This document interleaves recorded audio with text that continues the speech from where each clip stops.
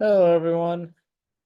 What I want to do in this video is go over homework 10, which will be the last homework. Um, I'm here with my dog. That's why my arm is outstretched. If you can see, she's kind of chilling out with me on the couch. He'll be my assistant for the next 45 minutes or so. But anyway, yeah, I want to go over this homework. Um, I have not graded it yet, but from what I've seen quickly, definitely looks like people are confused about this. All right, so number one, fill out this amortization table for the following bond. Okay, so conceptually, you need to understand, and this makes perfect sense. Bonds are loans. And I would say, when it comes to like purchasing a bond from a corporation or purchasing a bond from a municipality, from the government, it is literally a loan. You buy a bond, you are loaning the government money. The government is paying you back down the road. Um, and that's that. It's literally so it literally is a loan. It's a very strange loan in the sense of you get very little back each every 6 months until the very end where you get the huge bulk of the loan back, i.e. the face value. But it is nonetheless a loan. All right. And yeah, for tax purposes, it's important to know um, how to basically treat a bond as a loan. All right. So in particular, move this up. We have a 20-year bond, 100,000 face value, semi-annual nominal coupon rate 5%, yield rate 4%. Fill out this amortization table. So first of all, as always, when t equals 0, this here is the loan or slash bond price slash amount. Okay. If you're buying a bond, that's the bond price. You are lending, say, if it's a government bond, you are lending the government that amount. You're giving the government that amount, and the government is going to give you your coupons back, and then at the very end, your face value. All right, so use Maycam's formula, or maybe a little quicker, just use a calculator. So 46-month periods. You get $100,000 at the end.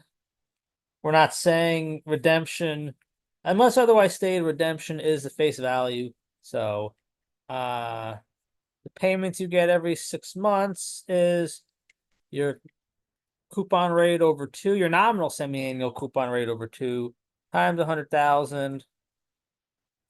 And that is what is that? 250, I think. Yeah. Uh, move this down.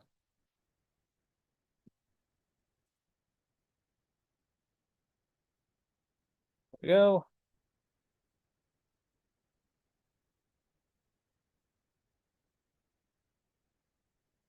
One second.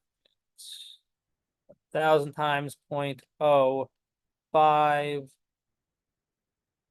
Sorry, it's not 250, it's 2,500.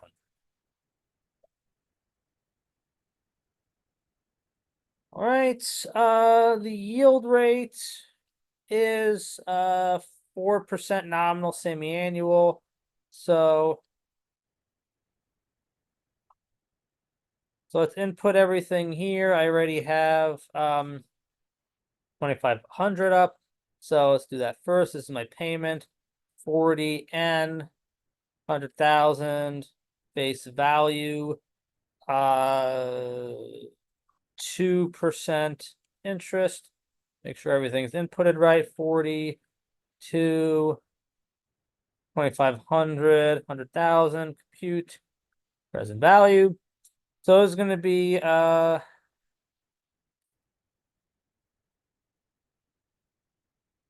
113,677, 74. Right. 113,677, 74. Okay, all of your payments are 2,500. Again, until the very end where you get your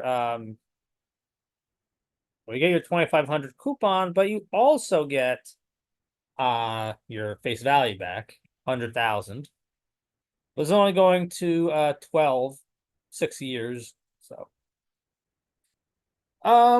otherwise I would say kind of the point of this problem is you can use formulas to do all these, but I think it's easier to just treat this like it's a loan and just do the basic loan calculations. And then for t equals 12, use your formulas. So in particular, this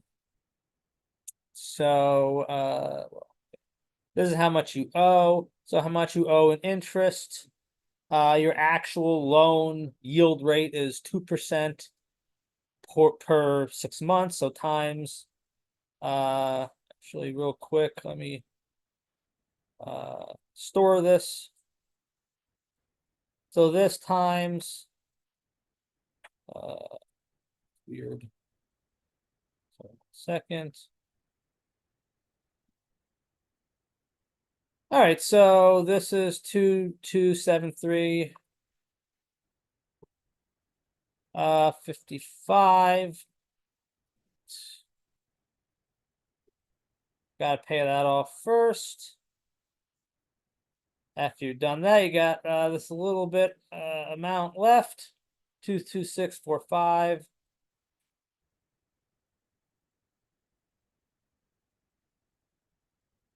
We'll subtract your outstanding balance, the loan amount, bond price, same thing, by 22645. So 113,451, 29. All right, so do this one more time. So 2% of this, 2,26903.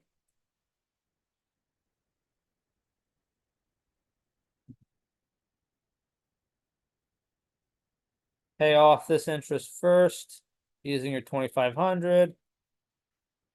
And this goes towards your outstanding balance. And I won't do it for the third row, but I'll just give you the answers.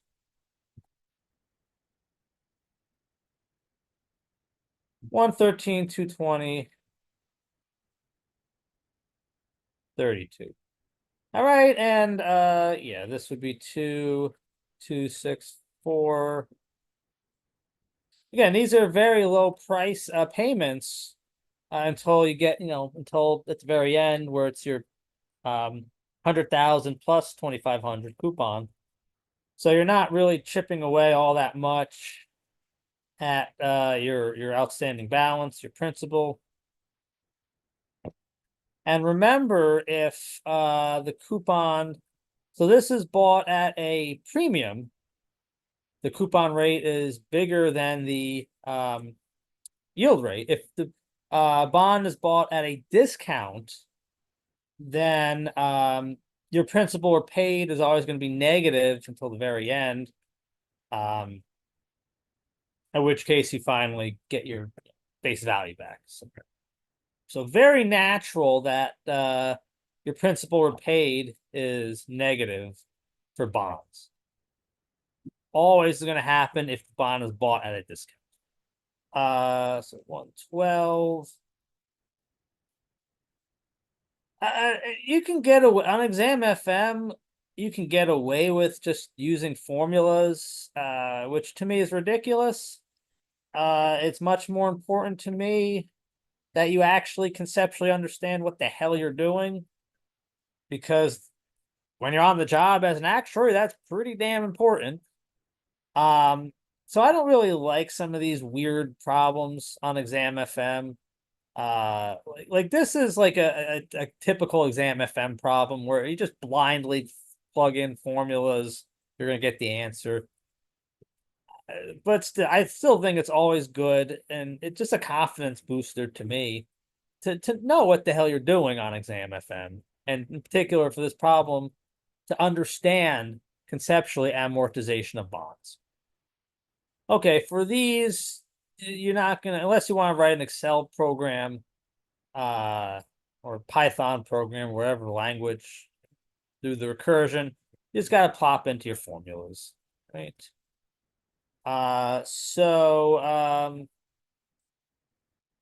Right, so I-12, the interest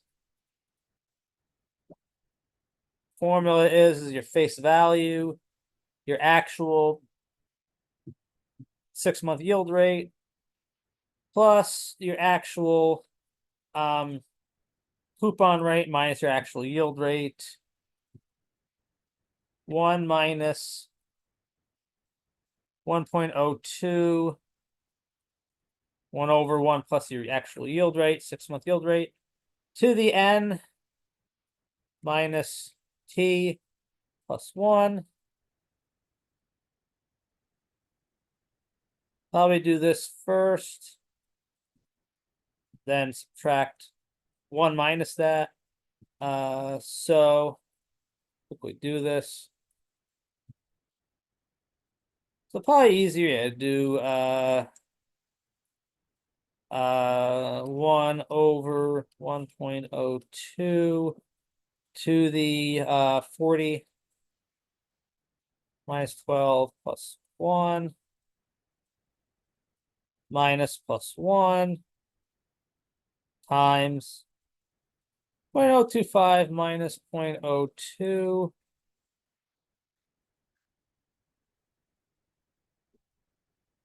plus 0.02 times 100,000. 221,844.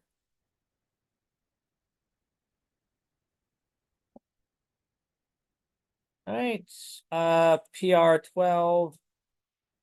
So I'm not gonna actually fill it in the row, but I have it written down here.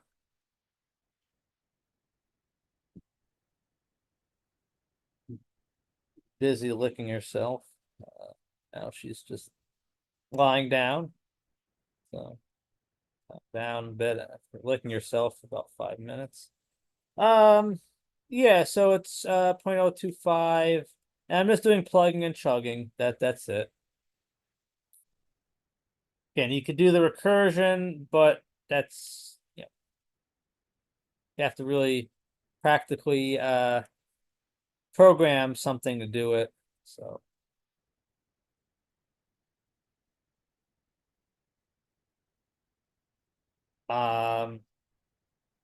yeah, I would again do go backwards 1 over, because I could have stored this, but whatever.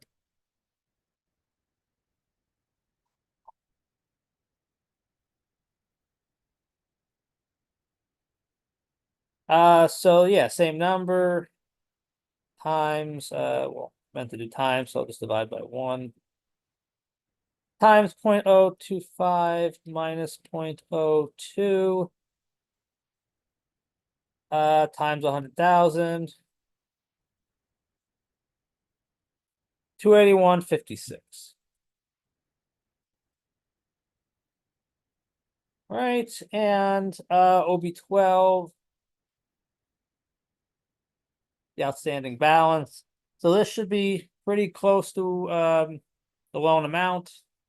Again, with these little payments, you're not chipping away all that much at your outstanding balance. Nature of bonds. It's 1 plus 0.025, your coupon rate, minus 0.02, your yield rate. Right, so you even do 40 minus 12. You want to do things in your head, it's fine.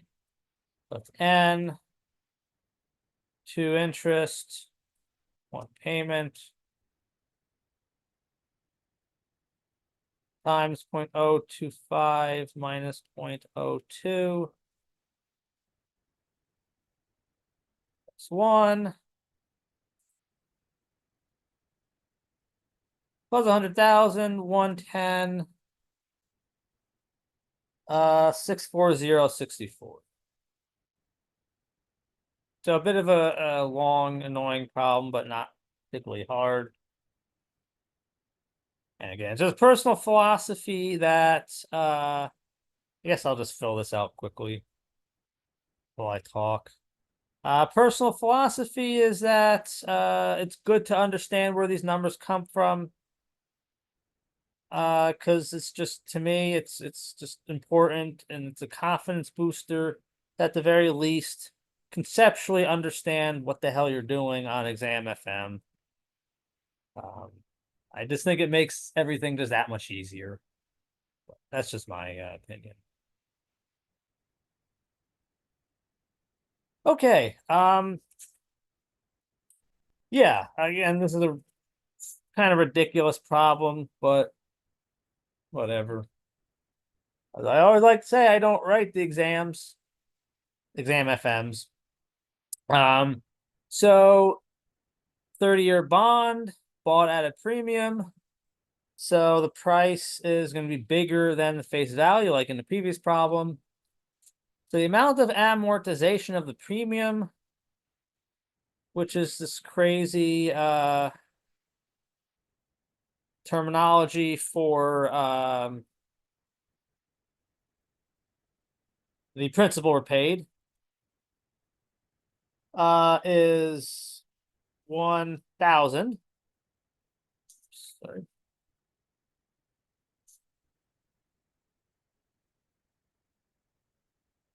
After the 15th coupon, I mean, after the 20th coupon, it's 1250. And we have formulas.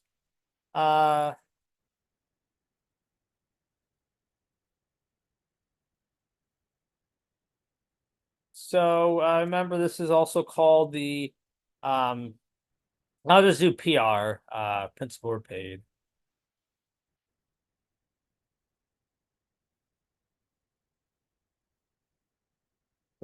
Now, or I'll do it like this.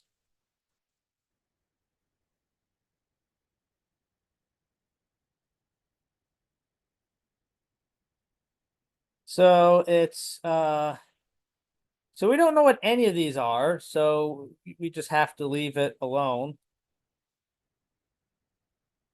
J is going to be my actual 6-month yield rate. R is my 6-month coupon rate. So just plug and chug. N is 60 semi-annual coupons. So it's minus T plus 1.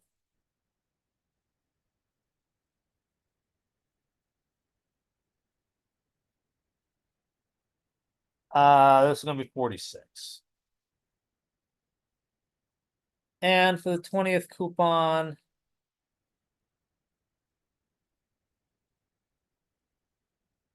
it's 1250.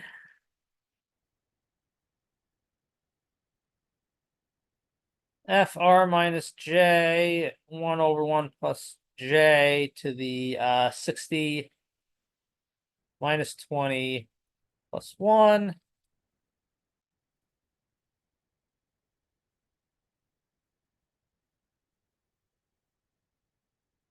This is 41.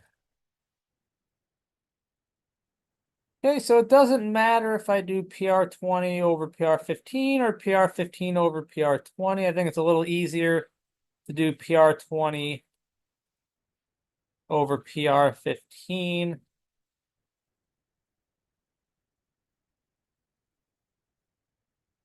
So this is going to be F R minus J. Let's make this a negative exponent. And the point is that the FR minus J cancels out.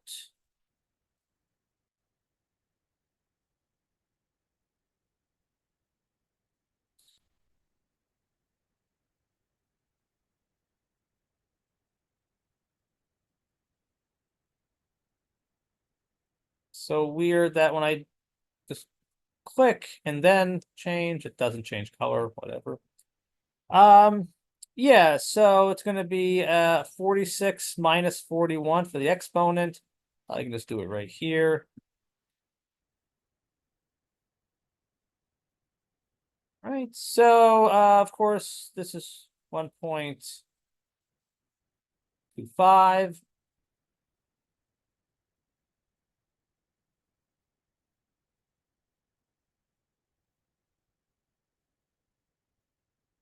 So this is 0.04564. All right, now we can solve for FR minus J. Either one does not matter at all. I think 1,000's easier to work with, so what the hell, do 1,000. So it's just 1,000 times 1 plus j to the 46. Just literally multiply both sides of this equation here by 1 plus j to the 46.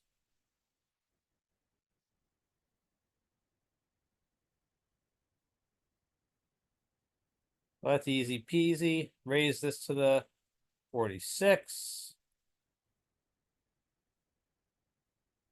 Big number here.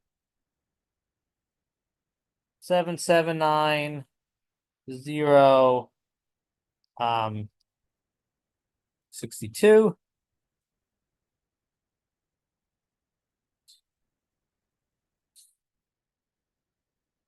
All right, so now that we have FR minus J, we just plug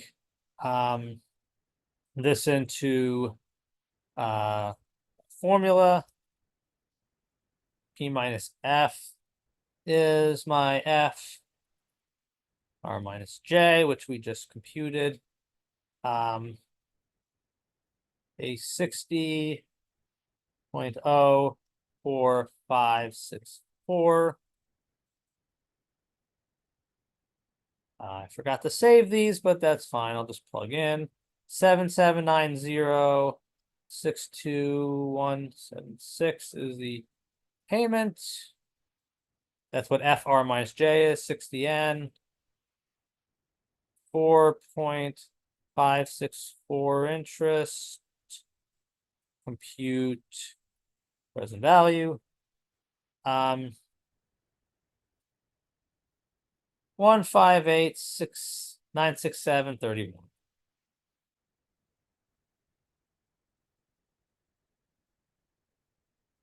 So if you actually saved numbers with the calculator, you're going to get something off by about $1.20, $1.25. So anyway. All right, nice easy problem. Got these two cash flows. Maybe cash flow B is a bit unrealistic because there's no negative here, so it doesn't really make sense, but technically it doesn't make sense. But I just set it up so it works out nice and easy. It's fine. All right, so cash flow A.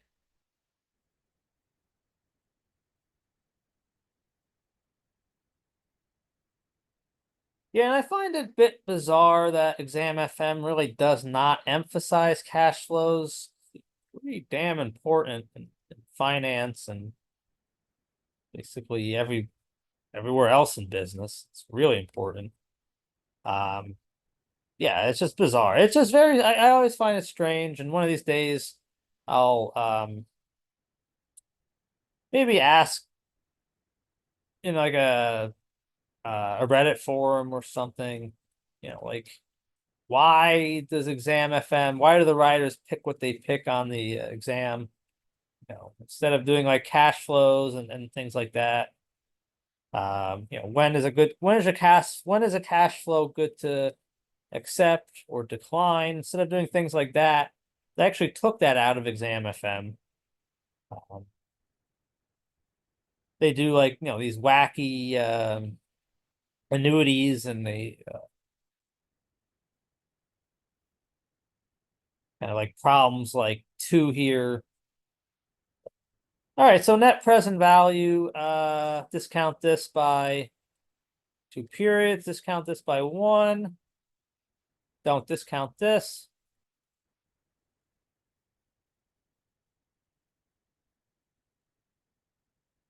this here, discount the 1 by 2 periods.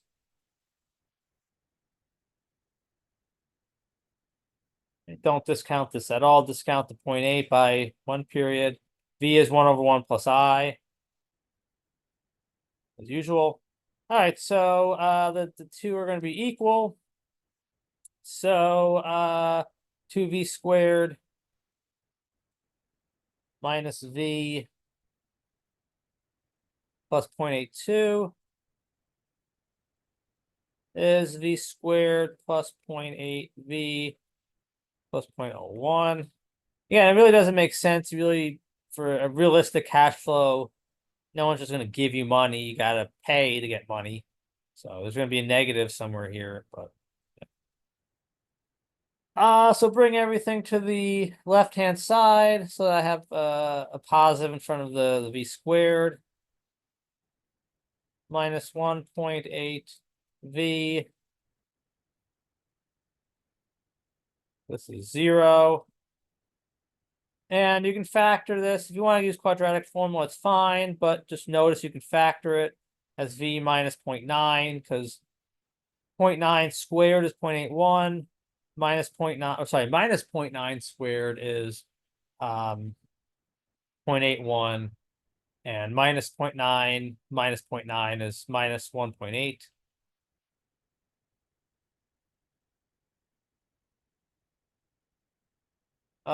So this is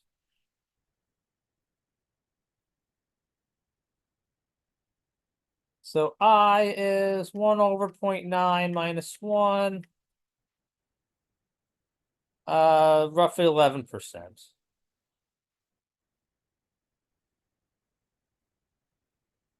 So easy peasy.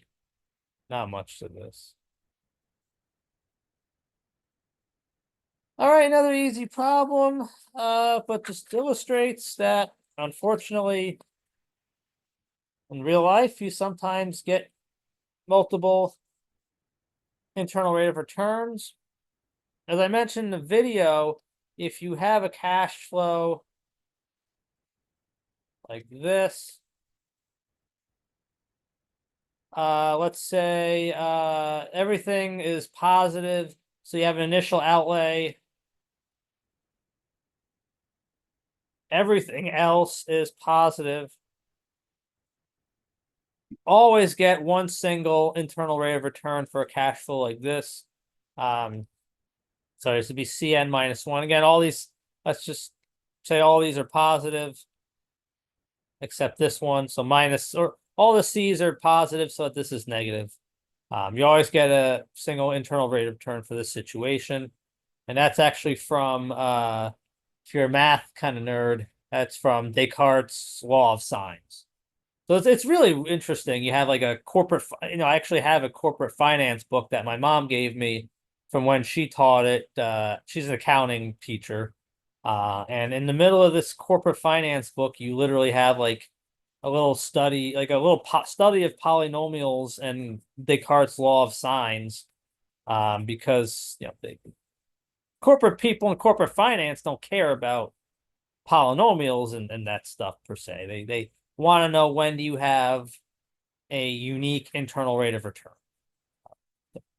I always find that kind of interesting. An application of kind of classic algebra stuff you would study in AMAT 326, I believe. The literal course, classical algebra. All right, so 890, 30, 189, 100. So it's definitely a realistic cash flow. You're making a little bit of money, not much, but 30 cents, something, I guess. But yeah, you pay 189, t equals 1 to get these here. So let's see what the internal rate of return, what they are. And I like this example. Yeah, let's take the present value of this cash flow, 100 v squared I'll tell you why I like this. Discount this by 2 years, this by 1 year, this by nothing. So V is 189 negative B plus or minus square root of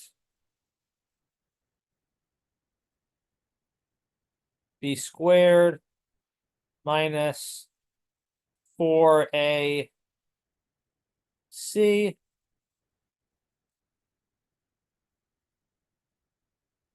over 2A.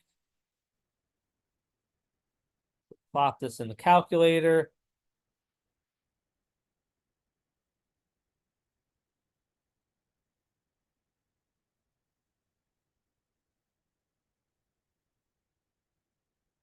This comes out to be 1, so it's literally 189 plus or minus 1 over 200.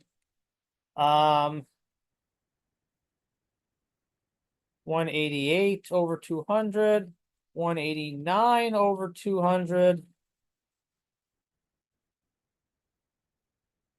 So this is 0.94, and this is, I think, 0.95.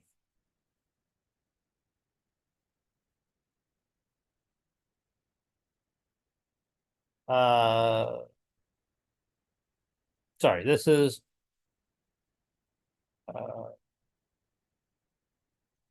190. 190. Looked a little off. 189 plus 1 is 190.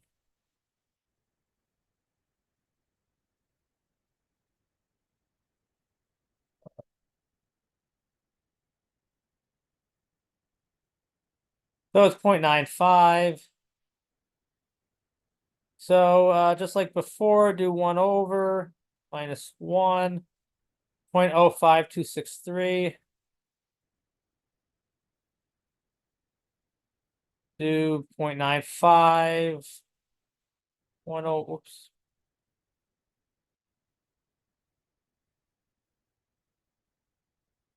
Sorry, 0.94.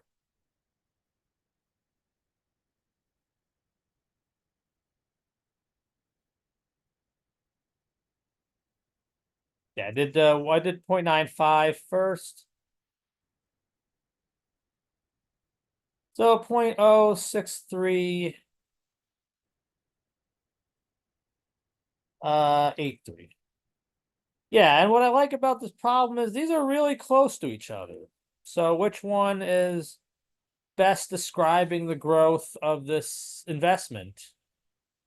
You know, the basically correct answer is you can't tell. So, you know, go look at something else about this cash flow to make a decision whether you should go with it or not. And I'm not sure, maybe Business Finance 300 you would kind of do this more. Again, it used to actually be on Exam FM, you know, different ways to measure the quality of a cash flow, but we don't do that anymore. So and it seems to be pretty important to be able to look at a cash flow and figure out if it's good or not, but whatever. Okay. Yeah, easy bond problem, term structure of interest rates. Got this bond, annual coupons. So unless otherwise stated, like in these two problems, 1 and 2, you have semi-annual coupons. This is otherwise stated. You have annual coupons. I'm going to underline it. I can't do it 3 times, but I can't fit it, but I put it in a box and I underlined it twice. So you really have to remember that. Right? 10,000 face value, 5 years, coupon rate 4%. All right, so let's draw the time diagram for A.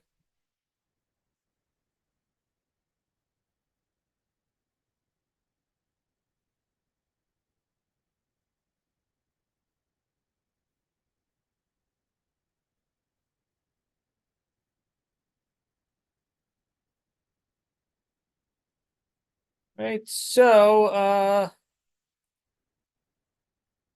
this tells me coupons are 10,000 times my coupon rate, so it's 400. Don't really have to draw a time diagram, but I guess it can't hurt. So here there's no shortcut formula when you have different term structure of interest rates being different. So each kind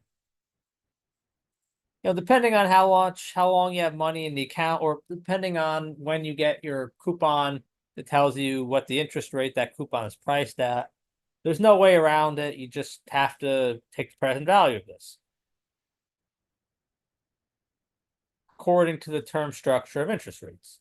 The price is discount the 400 by 1 year, and my 1 year spot rate is 7%.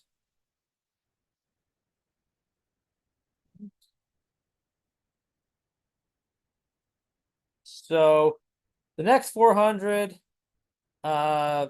discount this by 2 years. My 2-year spot rate is 4%,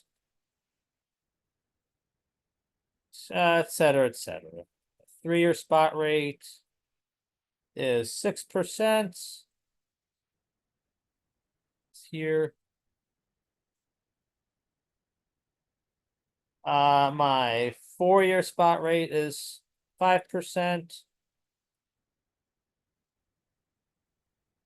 Probably best to just add this up.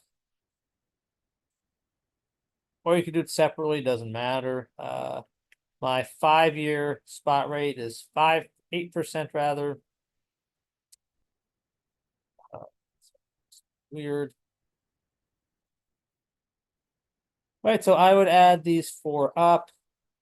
Probably easiest thing to do is use negative exponents, then times 400.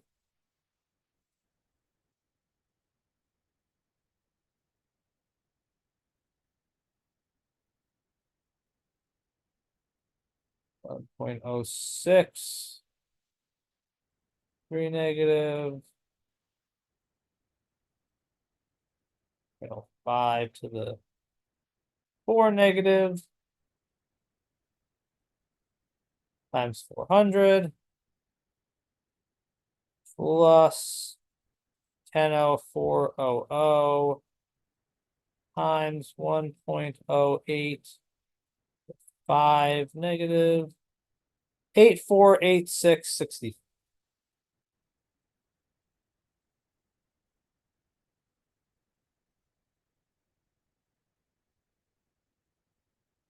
65. Plug in my laptop, so just bear with me a second.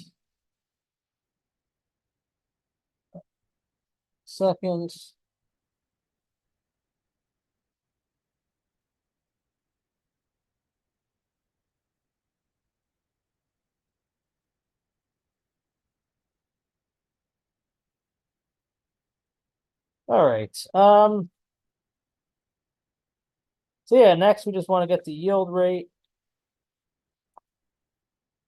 Right. And basically the same thing as the internal rate of return. So you can either use the cash flow keys or probably that's a little quicker. Or you can just input this like it's a bond. This is the present value. 400 payments, 10,000 face value. I could do it both, doesn't matter. Let's save this.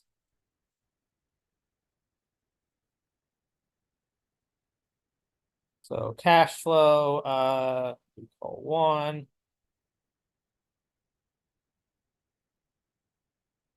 Was entered. You could do 400.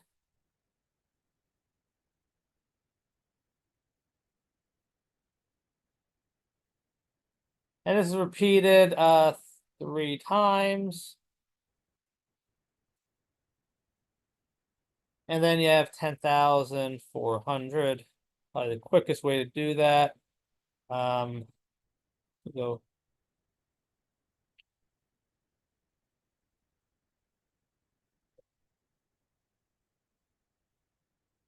Sorry, this is repeated 4 times. So 1, 2, 3, 4, and then you have this last one. Look a little bonky there.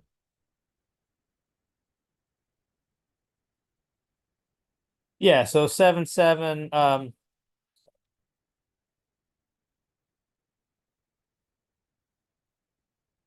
7.767%. I'll do it the other way too. It's pretty quick.